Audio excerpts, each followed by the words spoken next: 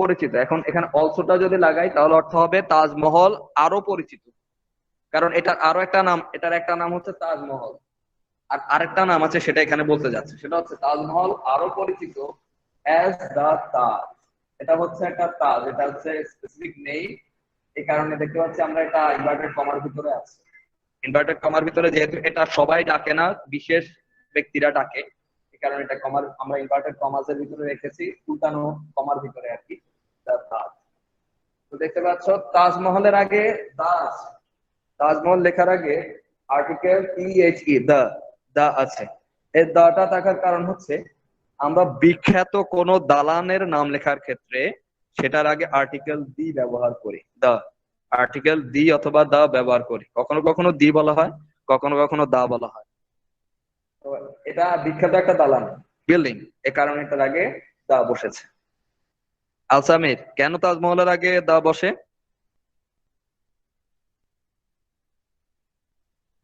আলসামির,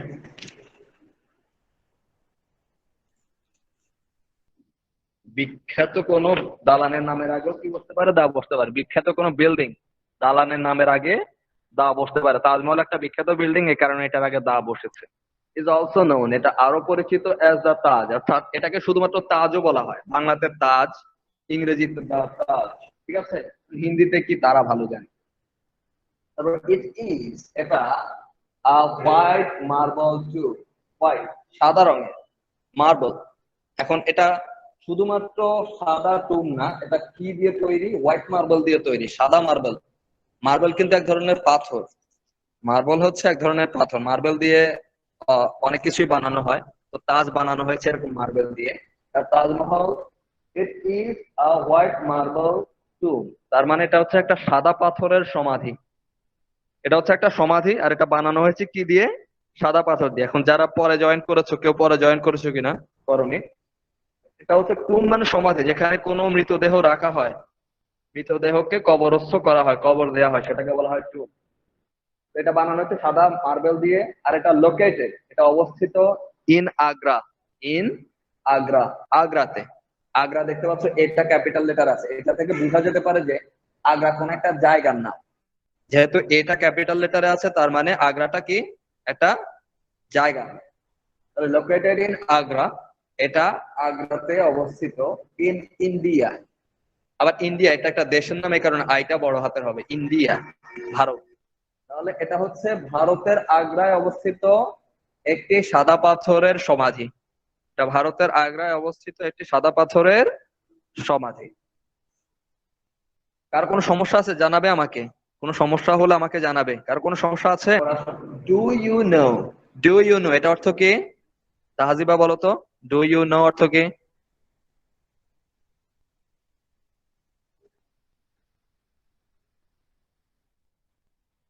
মির্তাও জানো, বলো do you no অর্থ কি? তুমি কি জানো? তুমি কি জানো, ডু ইউ নো, তুমি কি জানো। বা স্টোরি, গল্প, একটা গল্প, নির্দিষ্ট গল্পের কথা বলা হচ্ছে, কারণ এখানে গল্পটা কি সম্পর্কে? তাজমহল সম্পর্কে, এই কারণে স্টোরির আগে কি বসেছে? দা। স্টোরির আগে আর্টিকেল দা, আর দা বসলে আমরা কোনো কিছু নির্দিষ্ট করে বোঝাই। Do you know the story, তুমি কি গল্পটি জানো? বিহাইন্ড দা তাজমহল, তাজমহলের পিছনের। তাজমহলের কোনো কিছুর পিছনের গল্প মানে হচ্ছে কোনো কিছু সম্পর্কে যেটা সবার জানা নেই, এমন একটা গল্প। তাজমহল সম্পর্কে সবার জানা নেই, সবাই হয়তো এটাকে দেখেছে, কিন্তু সবার এটা পিছনের গল্প জানা নেই, এই কারণে বলা হচ্ছে বিহাইন্ড। সামনের গল্প পিছনের গল্প পার্থক্য আছে। সামনের গল্প সরাসরি দেখা যায়, পিছনের গল্প বলতে হয়, প্রকাশ করতে হয়, তাহলে সবাই জানে। তো তুমি কি তাজমহলের পিছনের গল্পটা জানো? দা মুঘল, মুঘল, তোমরা ক্লাস 6-এ পড়ছো, 5-এও পড়ে থাকতে পারো, যে রাজা রাজরাদের কিছু কাহিনী আছে, হয়তো বা ক্লাস 5 না থাকলেও ক্লাস 6-এ আছে। তো তোমরা মুঘল সাম্রাজ্যের কথা হয়তো বা শুনেছো, মোগল বাংলায় বলা হয় মোগল, ইংরেজিতে লেখা হয় মুঘল। মুঘল এম্পারার, তার মানে মোগল সম্রাট, মোগল সম্রাট, মোগলদের অধিপতি। মোগলদের মধ্যে যারা রাজা ছিল তাদেরকে বলা হতো সম্রাট, কারণ তারা বিশাল এলাকার রাজত্ব করত। মুঘলরা ভারতে বিশাল একটা এলাকার রাজত্ব করতো, এই কারণে তাদেরকে বলা হতো emperor. Mughal emperor, Mogul emperor, আর এর নাম কি? এর নাম দিতে গিয়ে একটা কমা দিতে হচ্ছে। সঠিক নিয়ম হচ্ছে এর আগে একটা নামের আগে একটা কমা দেওয়া, এক্ষেত্রে আচ্ছা, এটা বোঝাতে যাবো না, এটা খুব কঠিন জিনিস, তোমরা বুঝবে। মুঘল এম্পারার, মোগল সম্রাট শাহজাহান। এই মোগল সম্রাটটার নাম কি ছিল? শাহজাহান। শাহজাহান বাংলাতে একসাথে লেখা হয়, ইংরেজিতে আলাদা আলাদা। শাহজাহান লাভড, লাভড, লাভ থেকে লাভ, ভালোবাসতেন, ভালোবাসতেন হিজ ওয়াইফ, তার স্ত্রী, হিজ ওয়াইফ, তার স্ত্রীকে ভালোবাসতেন। কেমন ভালোবাসতেন অথবা কিভাবে ভালোবাসতেন সেটা আসছে। মুমতাজ মহল, তার স্ত্রীর নাম ছিল মুমতাজ মহল। মুমতাজ পুরো নামটা হচ্ছে মুমতাজ মহল। মোর দেন, মোর, মোর মানে বেশি, তুলনামূলক বেশি। এরপরে দেন আসলে তুলনা বোঝায়। মোরের পরে যদি দেন আসে তাহলে কোনো কিছুর সাথে তুলনা বোঝায়। এখন কিসের সাথে তুলনা? হিজ লাইফ, তার জীবনের চেয়েও বেশি ভালোবাসতেন তার স্ত্রীকে। হ্যাঁ, অনেকেই বলে এটা। তো মুঘল সম্রাট শাহজাহান তার স্ত্রীকে তার নিজের জীবনের চেয়েও বেশি ভালোবাসতেন। নিজের জীবন, নিজের কথাটা এখানে নেই, এখানে বাক্যটা এরকম হতে পারত, more than his own life, নিজের জীবনের চেয়েও বেশি ভালোবাসতেন। তো মুমতাজ মাহাল, মাহাল আসে নাই, মুমতাজ আসে শুধু। মুমতাজ ডাইড, মারা গিয়েছিলেন। ডাই মানে মারা যাওয়া, টি দেয়াতে পাস্ট হয়ে গেলে কারণে ডাই, মারা গিয়েছিলেন। এট, বয়সের আগে আমরা এট বসাই। অন্তত ছোটখাটো কিছু জিনিস শিখতে হবে প্রত্যেকদিনের ক্লাস থেকে, হালকা, শুধু পড়ার বাইরের কিছু। এট, আমরা বয়সের আগে কি বসাই বলতো? কোন প্রিপোজিশন বসাই? বয়স বোঝানোর ক্ষেত্রে কোন প্রিপোজিশন বসাই? কেউ একজন বলো। Parvin Akhtar, Miftahul Jannat has left the meeting. Tahajiba, আমরা বয়স বোঝানোর আগে কোন প্রিপোজিশনটা বসাই?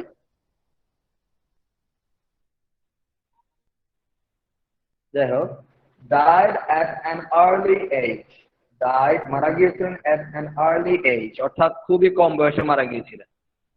হ্যাঁ, তিনি খুবই কম বয়সে মারা গিয়েছিলেন। খুবই কথাটা এখানে নেই, তিনি কম বয়সে মারা গিয়েছিলেন। আর অ্যান বসার কারণ হচ্ছে আর্লি দেখতে পাচ্ছ ই দিয়ে, ভাওয়েল দিয়ে শুরু হয়েছে। এবং এটা আর্লি ভাওয়েল দিয়ে শুরু হয়েছে, এবং এটা আছে কিসে? এটার উচ্চারণ ভাওয়েলের মতো। নিয়ম কিন্তু এটা, যে হতে হবে ভাওয়েল এবং উচ্চারণ হতে হবে ভাওয়েলের মতো। যদি উচ্চারণ ভাওয়েলের না হয় সেই ক্ষেত্রে কিন্তু সেটা হবে না, সেটা আরই হবে না, এই এম বসবে না। তারপরে Shahjahan, Shahjahan was very shocked, Shahjahan খুবই শকড হয়েছিল। আমরা একটু আগে ব্যাখ্যা করে গেছি বিষয়টা, শক মানে ধাক্কা। হ্যাঁ, শকড মানে হচ্ছে ব্যথিত, মনে ব্যথা পাওয়ার অবস্থা, মর্মাহত। শকড এট হার ডেথ, তার মৃত্যুতে। আমরা শকড এর পরে এট বসাই, শকড এর পরে কখনো বাই বসাই না। নিয়ম হচ্ছে শকড এর পরে সবসময় এট বসানো, কখনোই বাই বসানো যাবে না। তাহলে শকড এট হার ডেথ, তার মৃত্যুতে তিনি মনে ব্যথা পেয়েছিলেন। হুম, তো তাই হি বিল্ড, তিনি নির্মাণ করেছিলেন তাজমহল, তাজমহলকে অ্যাজ আ টোকেন, অ্যাজ মানে হিসেবে, অ্যাজ অর্থ হিসেবে, অ্যাজ এর অনেক অর্থ হয়। অ্যাজ মানে মতো, অ্যাজ মানে হিসেবে। আর টোকেন, টোকেন মানে হচ্ছে, টোকেন মানে কি কারো জানা আছে? একটু আগে বলে গিয়েছিলাম, টোকেন মানে হচ্ছে চিহ্ন, সিম্বল। আর একটা ইংরেজি হচ্ছে সিম্বল। টোকেন অফ লাভ, ভালোবাসার চিহ্ন রূপে, ভালোবাসার চিহ্ন। এখন ভালোবাসার চিহ্ন বলতে কি বোঝায়? মানে তার জীবদ্দশায় তিনি এটাকে দেখলে, তাজমহলকে দেখলে তিনি তার স্ত্রীর কথা মনে পড়তো খুব বেশি। আর এখন হতে পারে বিষয়টা হচ্ছে মানুষের জন্য তিনি রেখে গিয়েছেন এটা, যাতে করে মানুষ তার প্রিয়জনকে তাজমহল দেখার মাধ্যমে স্মরণ করতে পারে। হ্যাঁ, সবচেয়ে প্রিয়জনকে, হারানো প্রিয়জন, শুধু প্রিয়জন না, যে প্রিয়জন চলে গিয়েছে। টোকেন অফ লাভ, ভালোবাসার চিহ্ন রূপে ফর হিজ ওয়াইফ, স্ত্রীর তার স্ত্রীর ভালোবাসার চিহ্ন হিসেবে। টোকেন অর্থ কি আসাদুজ্জামান? চিহ্ন। চিহ্ন, হ্যাঁ। Token of love for his wife. তারপরে ইট ইজ, এটা, দ্য প্লেস, এটা হচ্ছে ওই জায়গা। ইট ইজ দ্য প্লেস, এটা হচ্ছে ওই জায়গা। দা এর অর্থ এখানে কিন্তু, আচ্ছা জায়গাটি বললেও হয়, এটা হচ্ছে ওই জায়গাটি, এভাবে বললেও হয়। এটা হচ্ছে ওই জায়গাটি, ওয়্যার, যেখানে মুমতাজ, মুমতাজ ইজ স্লিপিং। এটা কন্টিনিউয়াস টেন্স, যেটা তোমরা হয়তো এখন পর্যন্ত জানো না। আমি একবার চেষ্টা করেছিলাম তোমাদেরকে পড়াতে, কাজে দেয়। ইজ স্লিপিং, ঘুমাচ্ছে। এখনো ঘুমাচ্ছে, আগে থেকে ঘুমাচ্ছিল এবং এখনো ঘুমাচ্ছে, এই অর্থে continuous tense. Mumtaz is sleeping, Mumtaz ঘুমাচ্ছে ফর এভার, চিরতরে। মুমতাজ চিরতরে ঘুমাচ্ছে। এটা হচ্ছে ওই জায়গা যেখানে মুমতাজ চিরতরে ঘুমাচ্ছে, অর্থাৎ মুমতাজ মারা গিয়েছে এবং তাকে এখানে কি দেয়া হয়েছে, কবর দেয়া হয়েছে। আমরা এখান থেকে কিছু সিনোনিম খুঁজে নিতে পারি। আমি দেখি তোমাদেরকে। নৌন, নৌন, নৌন এর কাছাকাছি। এখন আমি আসলে এগুলো লিখতে হবে, না লিখলে তোমরা বুঝতে পারবে না। এখান থেকে কিছু যদি আমি নিতে চাই, তোমরা আমার কথা শুনতে পাচ্ছ? জি স্যার। স্যার। আচ্ছা, আমি কিন্তু এমসিকিউ লিখতে যাচ্ছিলাম। এমসিকিউ না লিখলে তোমরা ধরতে পারবে না যে আমি কি বলছি। আমি এমসিকিউ গুলো একটু লিখি, তোমরা একটু ওয়েট করো, তারপর আমরা আবার আসছি।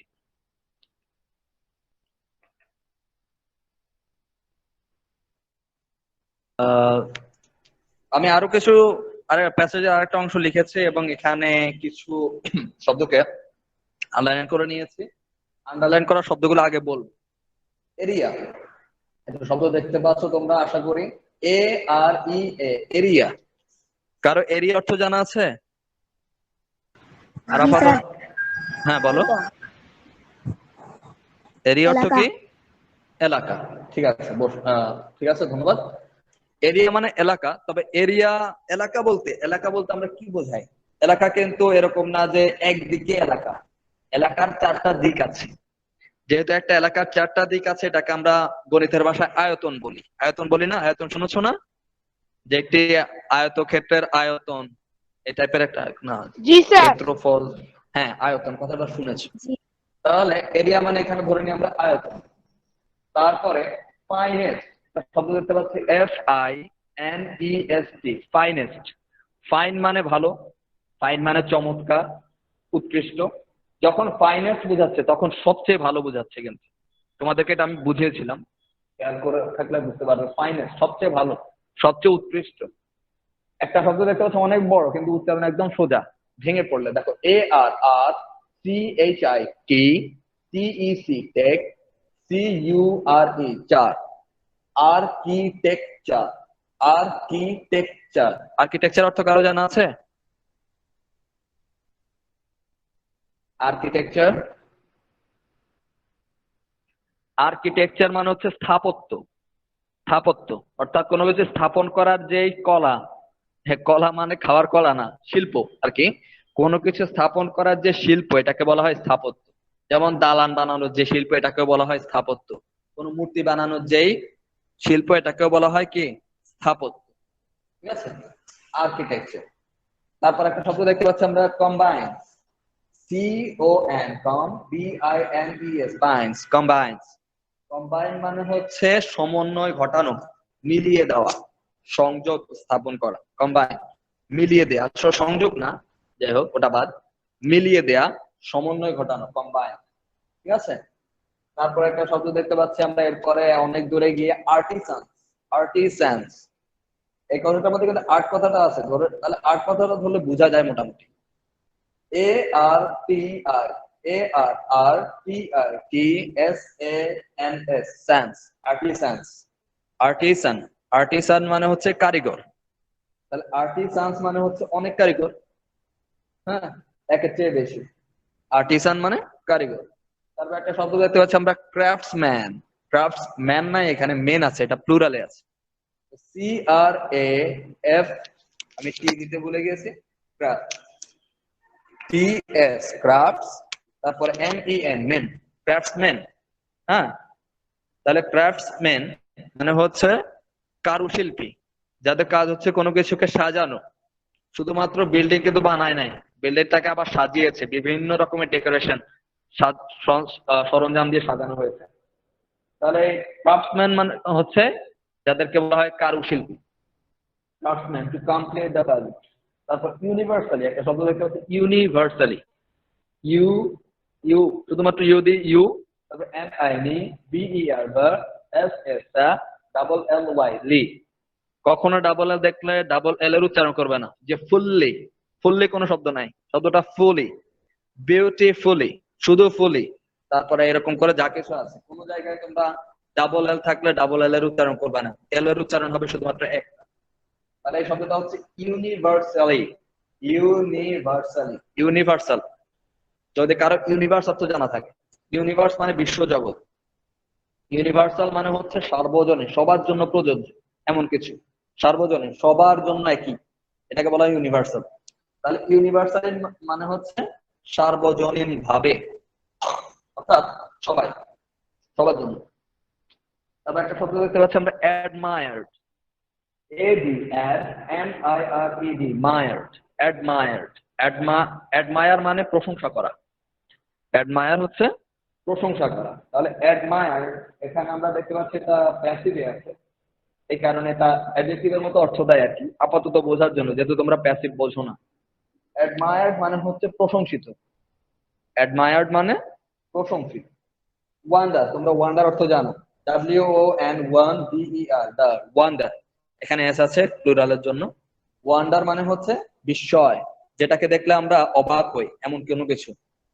তোমরা পৃথিবীর সপ্তাশ্চর্যের নাম শুনে থাকবে, পৃথিবীতে সপ্তাশ্চর্য বানানোর ক্ষেত্রে সপ্তাশ্চর্য কিছু ছিল, এগুলোর মধ্যে তাজমহল একটা। এরকম মানে কিভাবে বানানো হয়েছে মানুষ বুঝতে পারে না, এত বড় স্ট্রাকচার তখনকার দিনে কিভাবে বানিয়েছিল, পিরামিড, এক একটা পিরামিড অনেক বড়, তখনকার দিনে কিভাবে পিরামিড বানালো মানুষ বুঝতে পারে না, এ কারণে এটাকে বলা হয় ওয়ান্ডার, বিস্ময়। পৃথিবীর বিস্ময়গুলোর মধ্যে কোনটার নাম বলেছি আমি একটু আগে, আহাদুজ্জামান?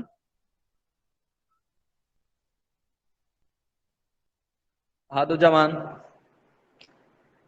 স্যার, পৃথিবীর বিস্ময়গুলোর মধ্যে একটু আগে কোনটার নাম বলেছি, যেটা বানাইয়েছে অনেক বড় কিন্তু মানুষ বুঝতে পারে না কিভাবে বানিয়েছে?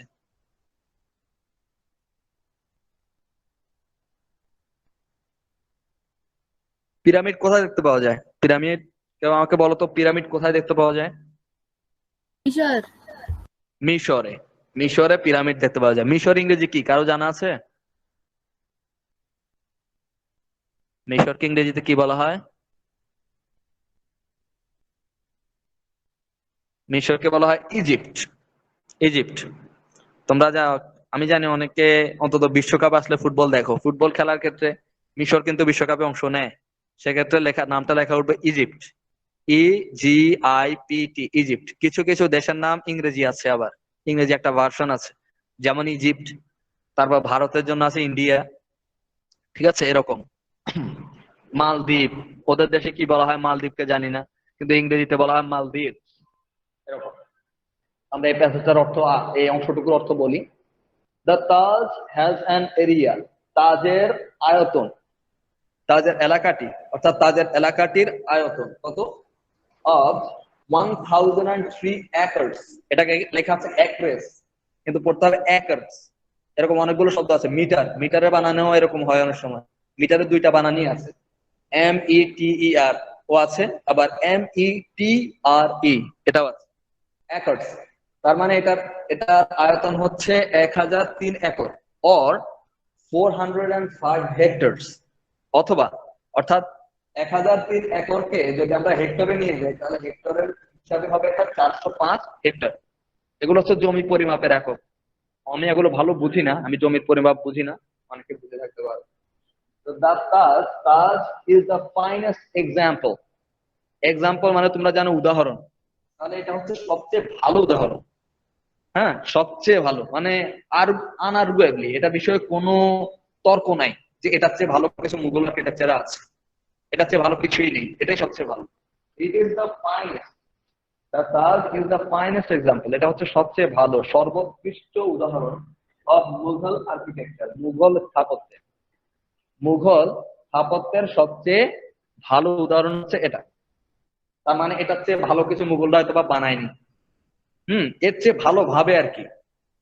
তারপরে এই কম্বাইন, এটাতে সমন্বয় ঘটানো হয়েছে দা আর্ট, আর্ট মানে হচ্ছে কলা, কলা মানে খাওয়ার কলা না, এটাকে আমি এই কারণে বলি শিল্পকলা, অর্থাৎ সাজানো গোছানো এই টাইপের জিনিসগুলো, মানে কোনো কিছু বানানোর বিষয়, সাজিয়ে বানানো গুছিয়ে বানানো, হ্যাঁ, এটাকে বলা হয় শিল্পকলা। কম্বাইন্স দা আর্ট অফ পারসা, একটু খেয়াল করতে হবে এখানে, আমরা এই জাতীয় শব্দগুলো সবসময় ভুল উচ্চারণ করি, PERSIA লেখা আছে পার্সিয়া, সবাই পার্সিয়াই বলে, এটার উচ্চারণ কিন্তু কখনোই পার্সিয়া না, এটা সঠিক উচ্চারণ হচ্ছে পারসা। পারসা, শুধু পারসা। আমরা এশিয়া বলি, যে এশিয়া কোনো শব্দ নাই ইংরেজিতে, বাংলাতে আছে কিন্তু ইংরেজিতে নেই, ইংরেজিতে শব্দটা হচ্ছে এইশা, এইশা। তারপরে আর রাশিয়া আছে, রাশিয়াকে ইংরেজিতে বলা হয় রাশা, এরকম, এটা হচ্ছে পারসা। আর এই শব্দটা বইতে যদি তোমরা দেখো টার্কি বানান ভুল আছে বইতে, টার্কিতে ই লাগবে, নাহলে টার্কি হবে না। টার্কি মানে দুইটা অর্থ হয়, TURKEY, টার্কি, এটা যদি টি বড় হাতে থাকে, টার্কি দিয়ে একটা দেশের নাম বোঝায়। টার্কি মানে কোন দেশ, কারো জানা আছে? টার্কি কারো জানা আছে?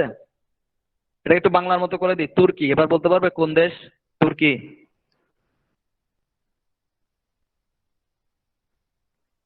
আমাকে কেউ একজন বলো, আন্দাজ করতে শেখো। ভারত। আসাদুজ্জামান বলো,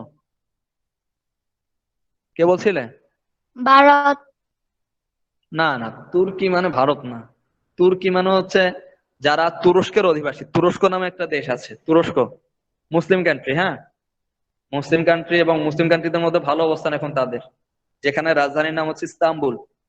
এটা তার একটা অংশ পড়েছে, এটাই হচ্ছে এমন দেশ যেটার একটা অংশ পড়েছে এশিয়াতে আর একটা অংশ পড়েছে ইউরোপে, অর্থাৎ একই দেশ দুটা মহাদেশে পড়ে গিয়েছে, ভাগ হয়ে গিয়েছে। তো পারসা, টার্কি, টার্কি মানে তুরস্ক, এন্ড ইন্ডিয়া এবং ভারত। অর্থাৎ এইটা বানানোর ক্ষেত্রে, তাজমহল বানানোর ক্ষেত্রে তিনটা দেশের শিল্পকলার সমন্বয় ঘটানো হয়েছে, তিনটা দেশের শিল্পকলা একত্রে চলে এসেছে। একটা হচ্ছে পারসা, যেটাকে আমরা বাংলায় বলি পারস্য, কারণ পারস্যই বলতে হবে, পার্সিয়া বললে পারস্যই বলতে হবে, কারণ তখন ইরান ছিল না। এখন এটাকে আমরা ইরান নামে জানি, পার্সিয়াকে এখন আমরা ইরান নামে জানি, তখন এটা ছিল পারস্য। পারস্য, তুরস্ক এবং ভারতের শিল্পকলা সমন্বয় ঘটানো হয়েছে। ইট টুক 21 ইয়ার, যখন এরকম টুক দিয়ে তারপর কোনো একটা সময় বোঝায়, তখন এটার অর্থ হয় যে লাগা, সময় লাগা।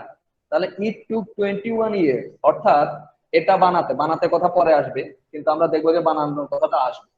ইট টুক 21 ইয়ার্স, 21 বছর সময় লেগেছিল। 21 বছর, একটু আন্দাজ করো, একটা দালান বানাতে, আমাদের দেশে একটা বাড়ি বানাতে কয়েক মাসও লাগে না, তাহলে এটা বানাতে 21 বছর লেগেছিল।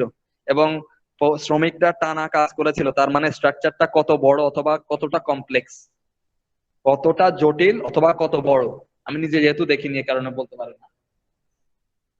এন্ড থাউজেন্ডস অফ আর্টিসানস, থাউজেন্ডস যখন প্লুরালে থাকে তখন বোঝায় হাজার হাজার, থাউজেন্ডস মানে হাজার হাজার, হান্ড্রেডস মানে শত শত, hundreds, sorry thousands of artisans and craftsman, তার মানে হাজার হাজার কারিগর এবং কারা, কারুশিল্পী, এদের সময় লেগেছিল 21 বছর to complete the Taj Mahal, Taj Mahal complete করতে, শেষ করতে, সম্পন্ন করতে, কাজ সম্পন্ন করতে।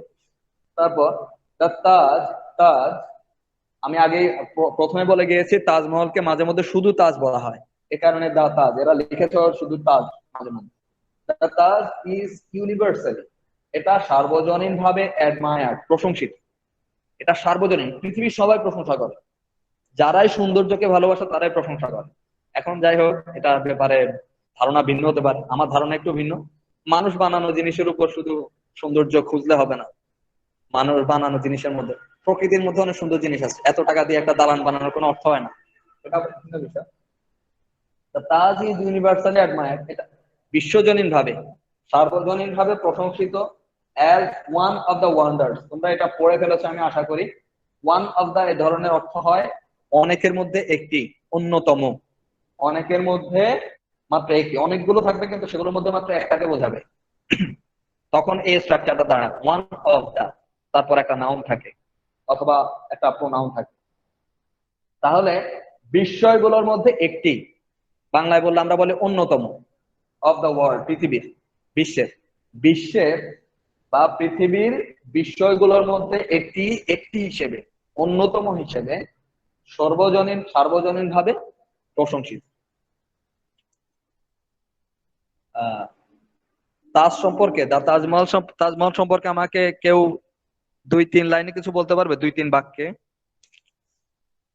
আমরা যেটা পড়লাম, এখন কেউ আমাকে 2-3 বাক্যে তাজমহল সম্পর্কে কিছু বলবে কষ্ট করে? বেশি না। তোমরা যেটা করবে, একদিন কিছু ওয়ার্ড মিনিং শিখবে, ওয়ার্ড মিনিং বেশি হয়ে গেলে পরের দিনও ওয়ার্ড মিনিং শিখবে। এর পরের দিন ধরো তোমরা প্যাসেজটা পড়তে শুরু করবে, কিছু অংশ পড়বে, বেশি বড় প্যাসেজ হলে পরের দিনও প্যাসেজ পড়বে। এর পরের দিন গিয়ে তোমরা এমসিকিউ গুলো দেখবে, এভাবে পড়বে। পুরো সপ্তাহ পড়া তো, তাই না? পুরো সপ্তাহ পড়া না এটা? আমি তো এই সপ্তাহে শুধু একদিনই ক্লাসটা নিই, ইংরেজি ক্লাসটা। তো যতটুকু পড়া দিই তোমরা ভেঙে ভেঙে প্রতিদিন কিছু কিছু করে পড়বে।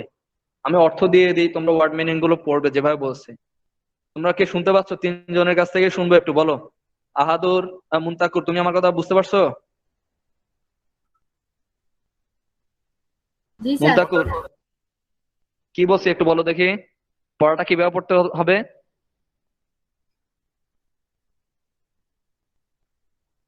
মুনতাকুর, পড়াটা কিভাবে পড়তে হবে? স্যার অর্ধেক অর্ধেক করি। হ্যাঁ, স্যার একদিন পড়াটা শব্দ কিভাবে? অর্থ, একদিন রিডিং, একদিন প্রশ্ন। রিডিং বলতে কোনো পড়া নাই, আমি রিডিং বলতে কোনো পড়া দিই না এই কারণে, কারণ রিডিং পড়ে তোমরা কিছু শিখতে পারো কিনা আমি নিশ্চিত না। তোমরা অর্থ বুঝে পড়বা। প্যাসেজটা দরকার পড়লে 3 দিনে পড়বা, কারণ তোমাদের হাতে 1 সপ্তাহ সময়। 3 দিন পড়বা, 3 দিন ভেঙে ভেঙে অল্প অল্প করে পড়বা, এবং অর্থ বুঝে পড়তে হবে। তারপর আরাফাত হোসেন, বলো তো আমি কি বলেছি? স্যার পড়াটা ভেঙে ভেঙে পড়ার জন্য প্রতিদিন। হ্যাঁ, যতটুকু হলে, যদি বাসায় কেউ গাইড করার মতো থাকে তাকে বলবে যে পড়াটা 1 সপ্তাহের জন্য ভেঙে দেন, যে কতটুকু হলে একদিনে ভালো হয়।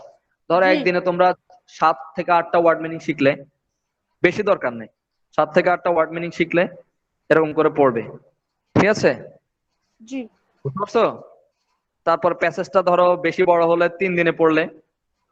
তারপরে এমসিকিউ তো তোমরা অর্থ বুঝলে এমনিতেই পারবে, প্যাসেজ পড়া থাকতে এমসিকিউ তোমরা এমনিতেই পারবে। এখানে এটার মধ্যে এমসিকিউ ছাড়া আসলে আর কিছু তেমন একটা সম্ভব না, এমসিকিউ আসতে পারে এটা থেকে।